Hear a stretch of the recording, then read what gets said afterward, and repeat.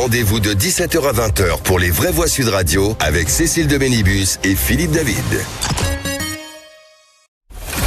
Le Grand Matin Sud Radio, la vérité en face, Jean-François Aquili. Allez, c'est l'autre sujet ce matin, mais il l'est depuis désormais des jours et des semaines après l'émotion suscitée par le meurtre de Liana dans le Gers. Beaucoup de Français ont le sentiment du drame de trop. Comment mieux protéger nos enfants? C'est la question qui est posée ce matin. Vous savez que le Premier ministre Sébastien Lecornu a annoncé hier qu'une loi intégrale contre les violences sexistes et sexuelles sera examinée dès le mois de septembre en commission à l'Assemblée nationale. Il parle au futur. Notre Premier ministre annonce qu'il survient au moment où éclate par ailleurs, dans un autre domaine registre, l'affaire Patrick Bruel, mise en examen, vous le savez, pour viol, tentative de viol, agression sexuelle et harcèlement sexuel. L'artiste a échappé à la détention provisoire et a été placé sous contrôle judiciaire. Les lignes vont-elles bouger concernant les violences sexuelles faites aux femmes et aux enfants? En attendant, notre invité, maître Myriam Guedj Benayoun, qui va nous éclairer sur ces deux questions croisées et qui devraient faire l'objet d'une loi intégrale. Donc, vos témoignages ce matin avec Nathalie. Vous êtes à Juvisy-sur-Orge. Nathalie, bonjour, bienvenue à vous. Bonjour. Sujet de mobilisation, parce que la colère ne retombe pas depuis ce drame dans le Gers. Nathalie, qu'attendez-vous des pouvoirs publics aujourd'hui, des politiques sur ces questions-là? J'attends surtout que ce ne soit pas des effets d'annonce. Oui. Et des effets de manche.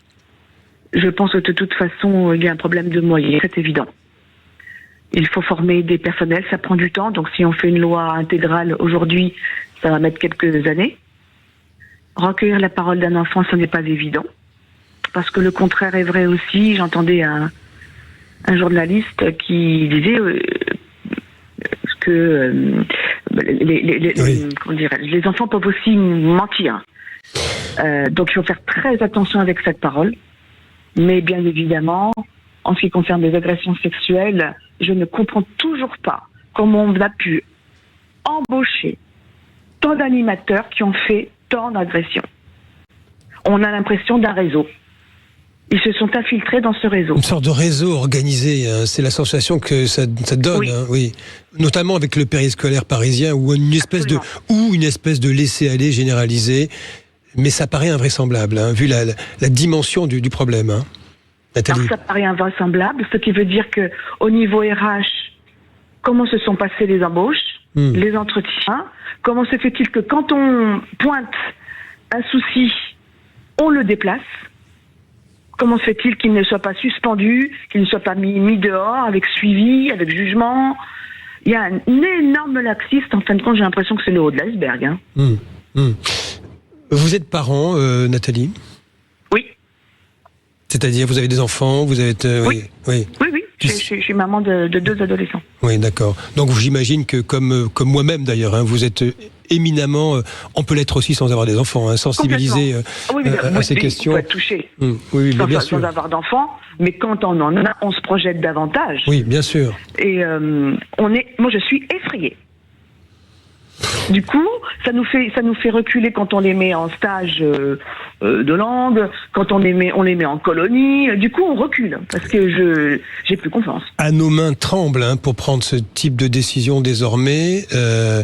Il y a une forme d'hésitation. Vous savez, moi j'ai des amis proches qui vivent dans le 11e arrondissement de Paris, qui ont aussitôt retiré leurs enfants, leurs petits-enfants, du périscolaire, systématiquement, avec une vraie peur, chevillée au corps, face à une forme d'inconnu.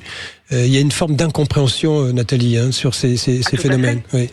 Non seulement il y a une forme d'inconnu, mais il y a une forme d'inquiétude énorme. On peut se mettre à leur place. Et Nathalie, cette proposition, cette annonce plutôt de Sébastien Lecornu d'une loi, on va dire intégrale, c'est-à-dire c'est une forte demande qui lierait quelque part les violences faites aux femmes et les violences faites aux enfants pour prendre le sujet globalement à bras le corps. Est-ce que c'est une bonne ou une mauvaise idée à vos yeux? ce n'est pas une mauvaise idée, mais encore une fois, est-ce que c'est pas un effet d'annonce? Le contour de cette loi, je la comprends pas. Oui, vous la comprenez pas, oui. Non. Oui. C'est-à-dire, en fait, vous ne voyez pas ce à quoi ça correspond, j'imagine. Pas du tout. J'ai l'impression qu'on gagne du temps parce qu'en fin de compte, ils s'emberlificotent, ils sont pris les pieds dans le tapis. Oui. Et ils sont en manette depuis 9 ans, ils n'ont rien fait. Oui. Or, c'était bien quand même l'annonce du président au moment des élections, de faire de la protection de l'enfance son cheval de bataille. Oui, je comprends. Merci Nathalie. En tout cas, je partage votre inquiétude ce matin. Et je me tourne vers John, peut-être. Notre appel... Oui, nous avons Paul au téléphone. Nous avons Paul qui est au téléphone. Merci John. Toujours réactif, John, au micro. Heureusement que vous êtes là. Paul, vous êtes à Damazan. Oui. Bienvenue, Paul. Je poursuis cet échange avec Nathalie. Damazan, c'est dans le Lot-et-Garonne, de mémoire. Voilà, on est pas loin du Gers. Pas loin du Gers. Mais c'est ça. C'est pour ça. C'est pour ça que je précisais la chose, Paul. Vous êtes parent vous-même? J'ai 2 filles qui sont grandes et je suis grand-père. Oui. J'ai une petite fille de 9 ans et un petit fils de 2 ans. Donc c'est vrai que ça nous touche énormément parce que 9 ans, 11 ans, on est obligé de faire un parallèle.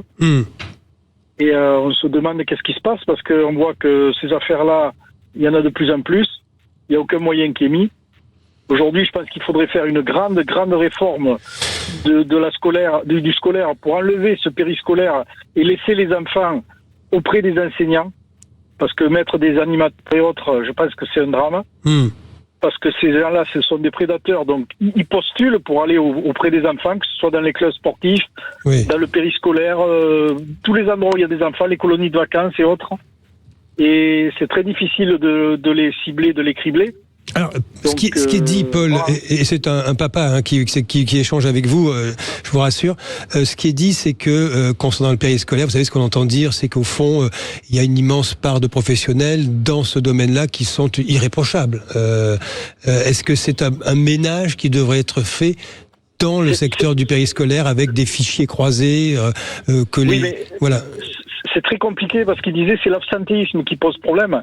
Quand il y a, je sais pas combien il y en a sur Paris, c'est énorme, c'est plus de 1000. Et donc quand il y a manque 10%, il faut qu'ils appellent au pied levé 120 personnes qui sont sur des listes d'attente, mais ils sont pas forcément criblés. Donc ce qui fait qu'on se retrouve avec des gens au contact des enfants qui n'ont rien à y faire. C'est pareil dans les clubs sportifs, ça manque de bénévoles. Donc les bénévoles, on prend les gens qui veulent bien le faire et on se retrouve avec des prédateurs. Et c'est grave, quoi. C'est très grave. C'est une part d'inconnu pour vous, c'est trop important, en fait.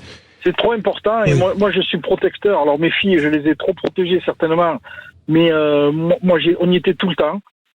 Ou que ce soit moi ou mon épouse, on se débrouillait pour être là, ou que ce soit la maman d'une fille ou d'un garçon qui était avec.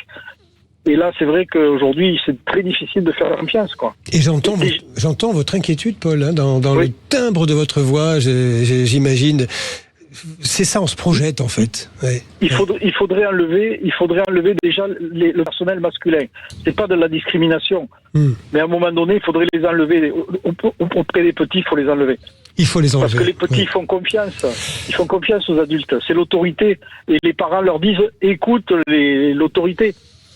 Et donc, c'est là qu'il y a le drame, quoi. Et cette digue-là ne doit pas céder. Vous avez raison, Paul. Merci, Paul, depuis Damazan. Merci pour ce témoignage. Vos parents et grands-pères aussi. Merci. Je comprends votre inquiétude. Je la partage. Vous êtes là, Julien, peut-être, depuis Challes-les-Eaux. Bonjour, Julien. Oui, bonjour. Dans la foulée de Paul, Julien. Vous êtes papa vous-même? Oui, depuis bientôt 6 mois. Félicitations. Merci. Pas simple, oui, non, mais j'ai la chance d'avoir une épouse formidable qui s'occupe de ma fille de manière exemplaire. Donc, j'ai beaucoup de chance. Rassurez-moi, vous vous levez la nuit aussi Eh ben non, elle fait ses nuits, donc ça se passe très bien pour le moment. Mais quelle chance, Julien, c'est unique. L'affaire Liana vous a évidemment particulièrement touché, j'imagine. Oui, tout à fait. Comme chaque parent, et puis moi-même, je pense, comme chaque Français, j'ai été choqué, bien sûr, par cette affaire qui est sordide. Mais ce qui m'a le plus choqué, c'est que cette affaire aurait pu ne pas avoir lieu si la justice avait fait correctement son boulot. parce que là, on parle quand même d'une personne qui a été accusée, je crois, plusieurs dizaines de viols et d'attouchements. Il aurait dû être interpellé, il aurait dû être sous les verrous, ça n'aurait jamais dû arriver, bien sûr, bien sûr. Et quand on voit l'inaction de la justice sur certains faits et une proportion très grande à juger, notamment sur les délits financiers, eh ben, je préfère, alors ça va peut-être choquer, hein, mais je préfère que des personnes qui détournent de l'argent au fisc soient sous contrôle judiciaire à la maison et qu'on mette les violeurs et ceux qui touchent les enfants qui soient en prison. Priorité. Je pense qu'il faut revoir les priorités. Oui, priorité à ces crimes-là, oui. Oui. Et quand j'entends le papa d'une victime qui avait indiqué que lui, ce qu'il avait envie, c'est de faire justice soi-même, et ben, c'est grave, mais on peut comprendre dans la mesure où les victimes se sentent vraiment abandonnées, où on entend un discours de certains partis politiques qui prennent systématiquement le parti des coupables ou des personnes qui sont présumées coupables, vous voyez ce que je veux dire, et sinon jamais un mot pour les victimes. Et je pense qu'il faut que les choses changent, parce que sinon on va arriver dans un système de vendetta et de vengeance qui n'aura plus rien à faire en France. Oui. Mais c'est le risque que l'on peut avoir si la justice ne prend pas ses responsabilités, et surtout si les magistrats ne sont pas responsables. Parce que moi je vois dans mon boulot, si je fais mal mon boulot, je me fais virer. Un médecin, il est responsable. Quand il fait une erreur, il est condamné, il paye. Il a des assurances, il paye. Les seules personnes qui sont intouchables dans ce pays, ce sont les magistrats. Même si le garde des Sceaux promet des sanctions, dit-il, Gérald Darmanin. Oui, mais on a vu ce que ça a donné, hein, les sanctions dans l'affaire Doutreau. Le juge qui a mal fait son boulot, il a été promu. Enfin, faut arrêter. Je pense qu'il y a des magistrats, quand on n'est pas bon, et ben on n'est plus magistrat, on se fait virer, comme partout. Voilà. Allez, merci Julien pour ce témoignage depuis Challejo, jeune papa depuis 6 mois. Bravo, félicitations Julien. Merci à vous pour ces mots sur l'antenne de Sud Radio, antenne ouverte. Ce matin, nous évoquions la canicule. Nous sommes actuellement sur cet autre sujet qui vous préoccupe tant, qui nous préoccupe tant, parce que cette colère ne retombe pas après le meurtre de la petite Liana dans le Gers. Nous avons des difficultés à joindre maître Myriam Guedj Benayoun, mais vous avez tous la parole et vous le faites, vous prenez la parole, vous nous appelez au 0826 300 300 pour la suite de La Vérité en face. Le Grand Matin Sud Radio, La Vérité en face, Jean-François Akili. Allez, 0826 300 300, vous nous appelez ce matin, vous réagissez toujours parce que, au fond, l'émotion ne retombe pas après le choc qui a suivi le meurtre de Liana dans le Gers. Beaucoup ont le sentiment du drame de trop. Il y a eu tous ces prénoms égrenés au fil des années, mais celui-ci retient particulièrement l'attention parce que, au fond, la situation est insupportable. Ce meurtre, comme les autres, n'aurait jamais dû avoir lieu, mais il y a eu également ce dysfonctionnement de la machine judiciaire et une fois de plus le constat, même s'il est battu en brèche par certains, d'un manque criant de moyens pour traiter les dossiers. Bonjour Linda, vous êtes à Pau, Linda. Oui, bonjour. Oui, bonjour. Vous voulez réagir ce matin, Linda. Vous êtes sensibilisée, j'imagine, comme de très nombreux Français à ce drame. Hein. Oui, la seule chose, c'est que je reste ultra pessimiste quant à la condition des enfants en France aujourd'hui. Je pense que des mesures fortes devraient être prises. Les récidivistes devraient obligatoirement aller en prison à vie. Je pense aussi qu'il ne devrait pas y avoir d'hommes au contact des enfants, au moins jusqu'à ce qu'ils aient 12 ans, au niveau des structures. Donc le périscolaire 100% féminin, vous dites, hein ? Exactement.